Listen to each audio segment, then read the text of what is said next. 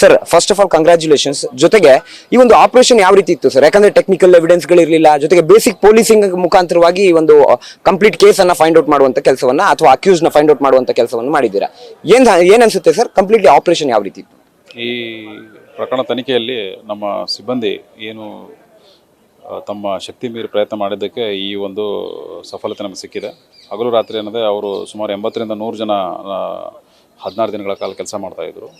ಹಲವಾರು ಬಾರಿ ಶಿಫ್ಟ್ಗಳಲ್ಲಿ ಕೂತು ಕೆಲಸ ಮಾಡಿದ್ದಾರೆ. ಆಮೇಲೆ ಕರ್ನಾಟಕದಾದ್ಯಂತ ಪ್ರಮುಖ ಶಹರಗಳು ಮತ್ತು ಧಾರ್ಮಿಕ ಕ್ಷೇತ್ರಗಳನ್ನು ವಿಸಿಟ್ ಮಾಡಿದ್ದಾರೆ.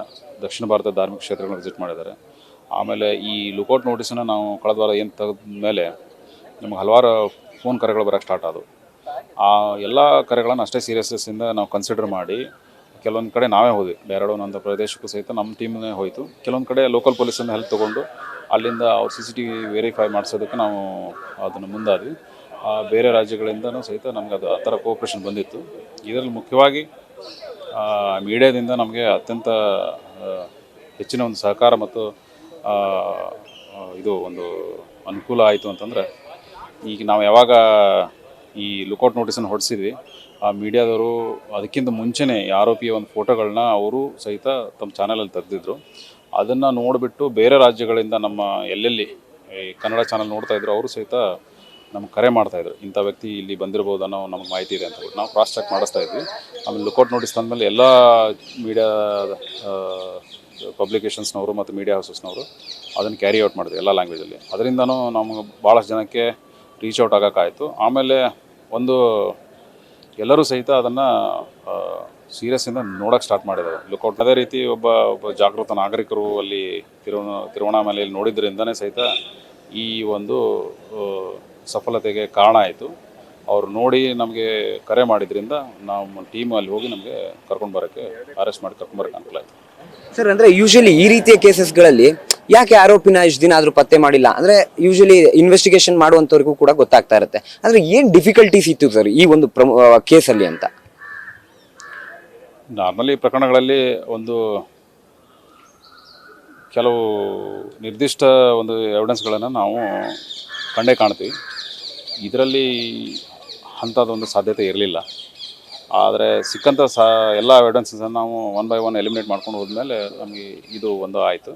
ಬಟ್ ನಮ್ಮ ಸಿಬ್ಬಂದಿಯವರು ಹಗಲು ರಾತ್ರಿ ಎಲ್ಲಾದರೂ ಕೂತು ಪ್ರತಿಯೊಂದು ಎವಿಡೆನ್ಸನ್ನು ಪ್ರತಿಯೊಬ್ಬ ಸಾಕ್ಷಿದಾರನ್ನು ಅವರು ವಿಚಾರಣೆ ಮಾಡಿದ್ರಿಂದ ನಾವು ಈ ಹಂತಕ್ಕೆ ಬಂದಿದ್ದೀವಿ. ಇಲ್ಲ ಅಂತಂದರೆ ಇವರು ಸಾವಿರಾರು ಲಾಡ್ಜ್ಗಳನ್ನು ಹೋಗಿ ಚೆಕ್ ಮಾಡಿದ್ದಾರೆ ಅವರು. ಆಮೇಲೆ ಈ ಒಂದು ಬೇರೆ ಬೇರೆ ರಾಜ್ಯಗಳಲ್ಲಿ ಈ ಒಂದು ಉರು ಬಿಸಿಲಲ್ಲೆಲ್ಲ ಹೋಗಿ ಸುತ್ತಾಡಿಕೊಂಡು ಬಂದಿದ್ದಾರೆ. ಯಾವತ್ತೂ ಸಹಿತ ಅವರು ಇದು ಪತ್ತೆ ಆಗಲಿಕ್ಕಿಲ್ಲ ಅನ್ನೋದು ಭಾವನೆ ಅವ್ರು ಬಂದಿಲ್ಲ. ಅದೇ ಈ ಕೇಸ್ ಪತ್ತೆ ಆಗಲಿಕ್ಕೆ ಕಾರಣ.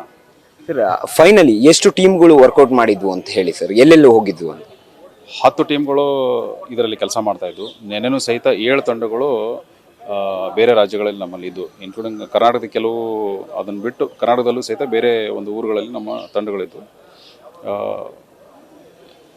10 ತಂಡಗಳು ಸುಮಾರು 85ರಿಂದ 100 ಜನ ಸಿಬ್ಬಂದಿಗಳು ಮತ್ತು ಅಧಿಕಾರಿಗಳು ಸತತವಾಗಿ ಇದ್ರ ಮೇಲೆ ಕೆಲಸ ಮಾಡಿದ್ವಿ. ಸರ್ ಈ ರೀತಿಯ ಕೇಸಸ್ಗಳಲ್ಲಿ ಅಂದ್ರೆ ಫೈಂಡ್ ಔಟ್ ಮಾಡೋದಂದ್ರೆ ನಿಮ್ಮ ಸರ್ವಿಸ್ನಲ್ಲೂ ಕೂಡ ಸಾಕಷ್ಟು ಕೇಸ್ಗಳನ್ನ ಟ್ರೇಸ್ ಮಾಡಿರ್ತೀರಾ. ಆದ್ರೆ ಈ ರೀತಿಯ ಕೇಸಸ್ಗಳಲ್ಲಿ ಆರೋಪಿನ ಪತ್ತೆ ಹಚ್ಚುವಂಥದ್ದು ಅಥವಾ ಎಷ್ಟು ಸ್ಯಾಟಿಸ್ಫೈ ಆಗಿರುತ್ತೆ ಅಂತ ಕನ್ಕ್ಲೂಷನ್ಗೆ ಬಂದಂಥ ಸಂದರ್ಭದಲ್ಲಿ? ಒಂದು ಅತ್ಯಂತ ಹೀನಸ್ ಕ್ರೈಮ್ ಆಗಿದೆ. ಆರೋಪಿ ಪತ್ತೆ ಆಗಿದ್ದಾನೆ, ಈಗ ಅರೆಸ್ಟ್ ಆಗಿದ್ದಾನೆ.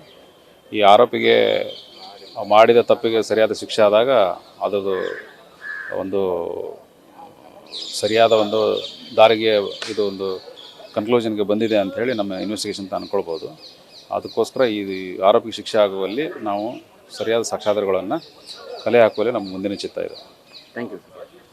ಇದಿಷ್ಟು DCP ಆಗಿರುವಂತಹ ಸಂಜೀವ್ ಪಾಟೀಲ್ ಅವರ ಮಾತು. ಅಂದ್ರೆ ಎಲ್ಲ ಒಂದ್ ಕಡೆ ಮುಂದಿನ ಹಂತದಲ್ಲಿ ಕನ್ವಿಕ್ಷನ್ಗೆ ಬೇಕಾಗಿರುವಂತಹ ಸಾಕ್ಷ್ಯಾಧಾರಗಳನ್ನ ಕಲೆ ಹಾಕಿ ನ್ಯಾಯಾಲಯದ ಮುಂದೆ ನಾವು ಅದನ್ನ ಇಡ್ತೀವಿ, ಆಗ ನಮ್ಗೆ ತೃಪ್ತಿ ಸಿಗುತ್ತೆ ಅನ್ನೋ ಮಾತನ್ನ DCP ಸಂಜೀವ್ ಪಾಟೀಲ್ ಅವರು ಹೇಳ್ತಾ ಇರುವಂತದ್ದು. ಕ್ಯಾಮ್ರಾ ಪರ್ಸನ್ ಲೋಹಿತ್ ಜೊತೆ ಸಂದೇಶ್, ನ್ಯೂಸ್ ಫಾಸ್ಟ್, ಬೆಂಗಳೂರು.